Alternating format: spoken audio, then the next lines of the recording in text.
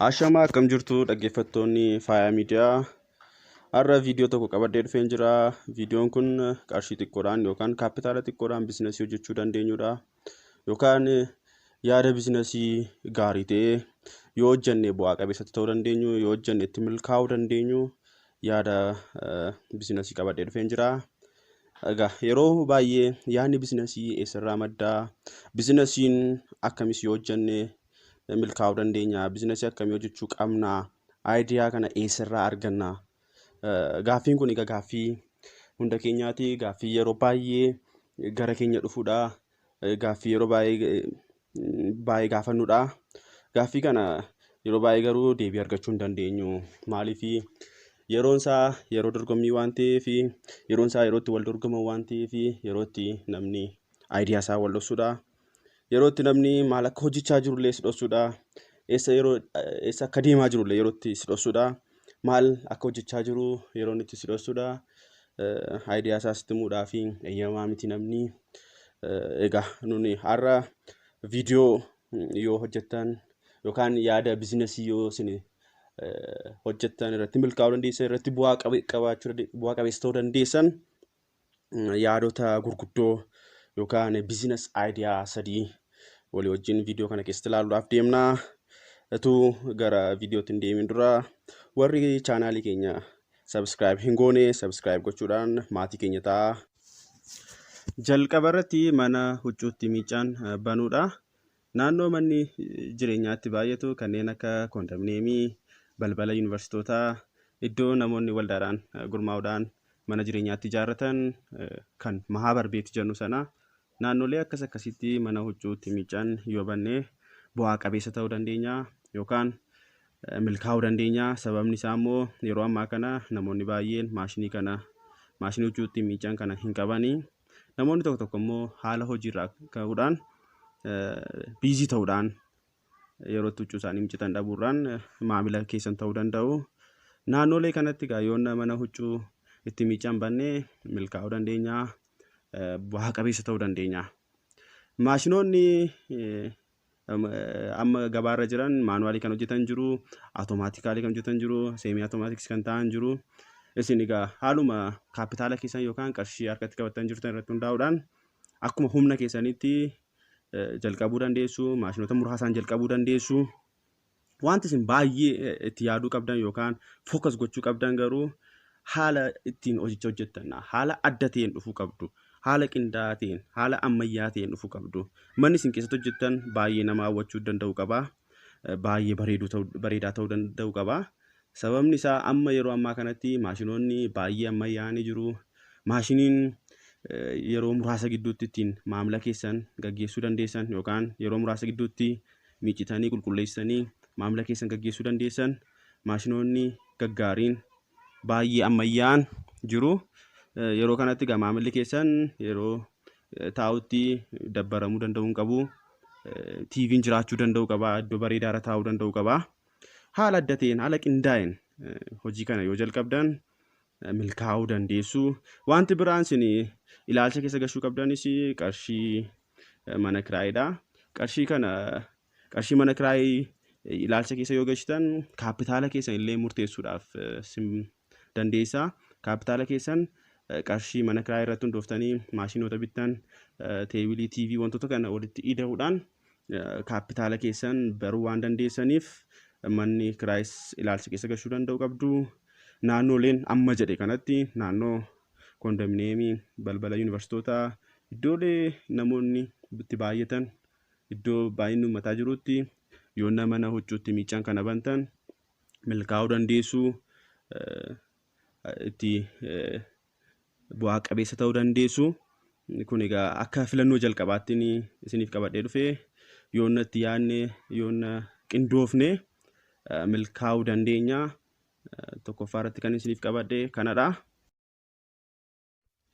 Lammaffaa irratti mana nyaataa karaarraa yookaan nyaata daandii biratti tolchanii gurguru faast food kan jedhamu sana karaa baay'ee salphaatiin hojjetamuu danda'udha.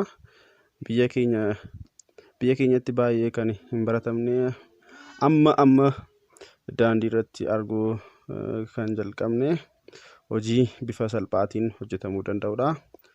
Namoota birattis fudhatama argachaa kan jirudha.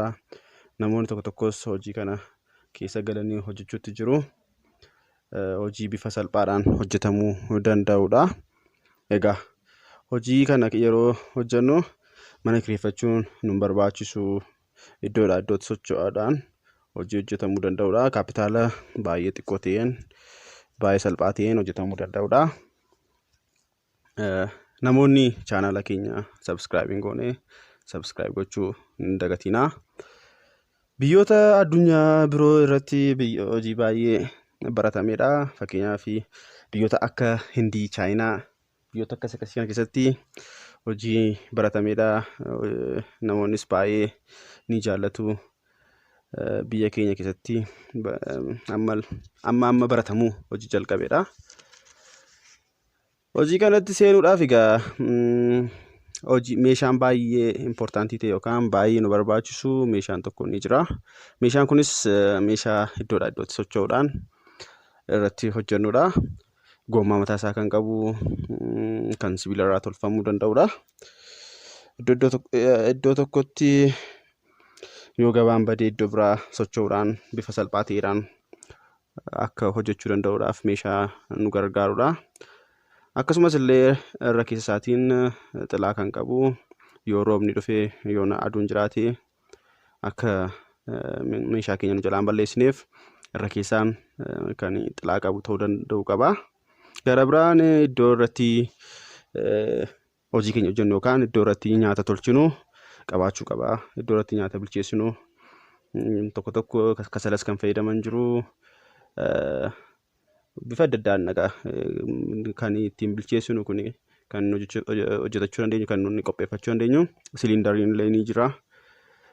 Nyaata bilcheessine sanas iddoo irra keewwachuu dandeenyu wanta akka madardara jiraachuu danda'u qaba. Hojii kana egaa iddoowwan adda addaatti hojjechuu dandeenya. Iddoo fakkeenyaaf paarkingii iddoo konkolaataan baay'inaan dhaabbatutti gara galgala hojjechuu dandeenya. Naannoowwan bishaan qarqara jiran bishaan biratti argaman iddoo akkasitti baay'ee iddootti gabaa argachuu dandeenyudha. Gosawwan nyaataa nuni iddoo kana irratti hojjechuu dandeenyu fakkeenyaaf nyaanni akka chiipsii, bargarii, asaambusaa, juusii, biskuutota adda addaa, saanduchii wantoota akkasii kana bifa salphaatiin meeshaa kana fayyadamuudhaan meeshaa kana iddoo iddootti sochoosuudhaan tolfachuu dandeenya. Hojii bifa salphaadhaan hojjetamuu danda'udha. Kaapitaala guddaa nu barbaadu. Meeshaa sana tolfachuu qofadha. Meeshaa sana tolfannee namoota ogummaa kana qaban mindeessuu yookaan ofii keenyas ogummaa kana shaakaluudhaan yookaan barachuudhaan nyaata kana qopheessuu danda'uu dandeenya. Kanaaf lammata irratti yaadan isiniif qabadhee dhufee nyaata daandii gubbaa irratti tolchuudhaan gurguramudha. Bifa salphaa ta'een kaapitaala guddaa bifa hin barbaanneen hojjechuu dandeenya. Yoo hojjettan yoo kutattanitti galtan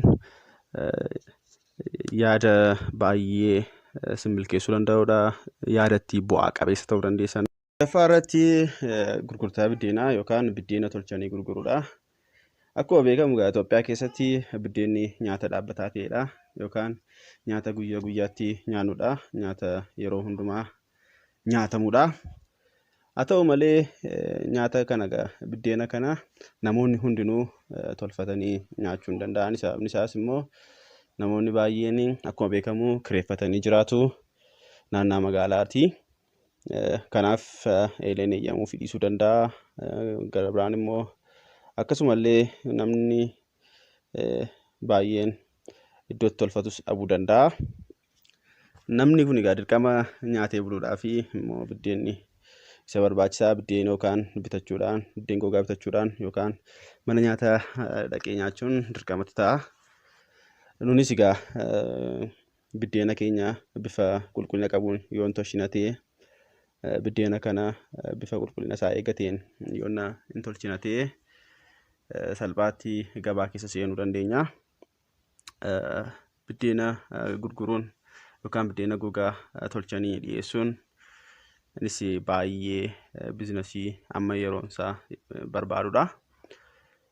Walumaa galatti egaa yaadota gurguddaa sadiin isiniif kaasee jalqaba irratti mana huccuu miiccuu banuudha. Lammaffaa irratti nyaata daandii gubbaa irratti tolchanii gurguruudha. Sadaffaa irratti biddeena gogaa yookaan biddeena tolchanii gurguruudha.